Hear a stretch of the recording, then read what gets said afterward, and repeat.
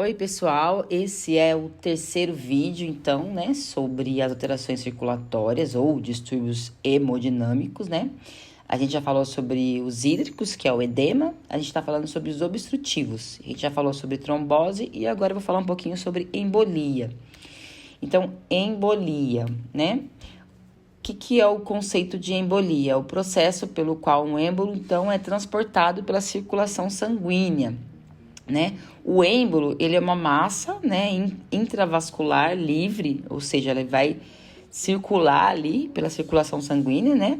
Que pode ser sólida, líquida, gasosa, pode ser séptico também, né?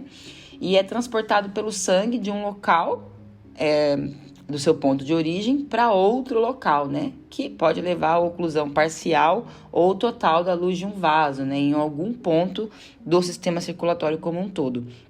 O êmbolo, ele se distingue do trombo por não estar aderido, então, à parede do vaso, né? O trombo é aquele que fica aderido e o êmbolo é aquele que está solto e vai circular, então, pela luz vascular, né? E ele também não assume a anatomia da luz vascular, né? Porque no caso de coágulos, né, quando a gente vê, por exemplo, pós-mortem, etc., eles vão assumir aquela forma tubular do vaso, né? E no caso do êmbolo, não, isso não acontece. Como eu disse, a gente tem a forma, né, sólida, líquida, gasosa, né, séptica. Então, a gente vai começar falando pela forma sólida, né? Os êmbolos, né, sólidos, né, geralmente são formados por trombos, né, por alterações do endotélio vascular ali, ou alteração do fluxo sanguíneo, que pode ser constituído por material friável, né, pela presença do fluxo sanguíneo sobre o trombo, né, temos, então, o desprendimento desse trombo, né, da parede vascular, e ele vai acabar sendo deslocado pela circulação, né, e a etiologia, então, tá ligada a parasitas também, células neoplásicas, né, no caso de metástase, por exemplo, né, mas geralmente é por trombo mesmo, né, na forma sólida. E na forma líquida, geralmente são os êmbolos, né, de gordura, né, que eles são formados, então, a partir de gotículas de gordura, né, que são endógenas, que vão se desprender, então, do tecido adiposo normal, e eles podem ser formados em caso de trauma ósseo, no caso do tecido adiposo subcutâneo, né, que resulta no desprendimento, então, dessa gordura, né, desses gotículas de gordura e tal. Com o decorrer da idade também, né, a gente tem também a deposição de tecido adiposo, né, nos ossos longos e tal, na medula óssea, a gente sabe que ela vai ficando amarela, né, que nada mais é que gordura e tal. Em caso também de queimaduras, né, isso vai acontecer também. A gente tem também como mecanismo a forma gasosa, né? Aí a etiologia está ligada, então, com a entrada de ar no interior dos vasos sanguíneos, né? Que pode ser, por exemplo, no caso de administração de medicamento através de seringa. Em medicina humana, a gente vê muito isso por mudança de pressão atmosférica, né? Que, por exemplo, os mergulhadores lá, eles têm aquele mal da descompressão.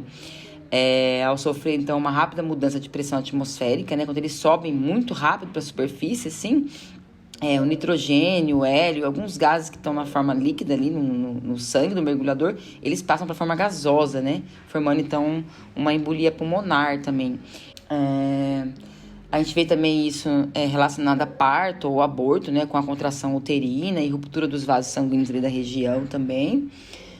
A gente tem também a forma séptica, né? Que que está envolvido, então, etiologicamente falando, com infecções generalizadas, né? Bacterianas, né? Presença de micro-organismos, então, na circulação sanguínea, né?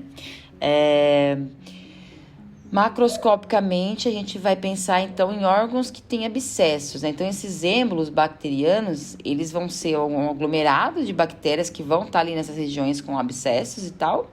Essas bactérias vão formar, então, um trombo séptico que vai ganhar circulação sanguínea a partir desse local infectado, né?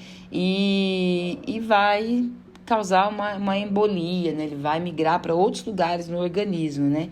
O que é comumente observado na veterinária, eles ocorrem em caso de endocardite bacteriana, né? Onde se tem a formação de um trombo séptico, né? Na superfície valvar ali, e por ser material mais friável, parte dele vai se soltar, se desprender e acaba, né, caindo na circulação sanguínea.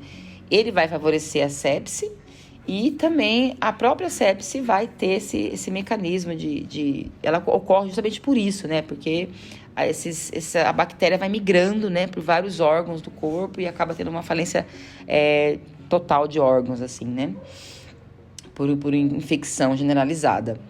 Na macroscopia, o que a gente vai encontrar, então, é que a imensa maioria desses êmbolos, ela é oriunda, então, de ruptura de trombos, né? Então, o trombo que está ali aderido à parede vascular, ele vai se soltar e se transformar num êmbolo, né?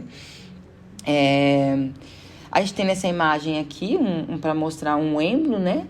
Nesse pulmão desse animal.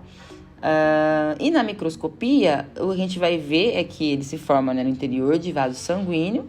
A gente vê na região central uma região de necrose, nas bordas a gente pode ver também um pouco de calcificação e presença também de infiltrado inflamatório, né? Essa imagem aqui, a gente tem um êmbolo de medula óssea, né? Que é composto principalmente por células da medula, por gordura medular ali, né? Como eu falei lá atrás, quando eu falei de êmbolos gordurosos, né? Líquidos, né? E as consequências, então, da embolia... depende da etiologia do êmbolo, né? Pode ser sólido, líquido, gasoso, né? Séptico.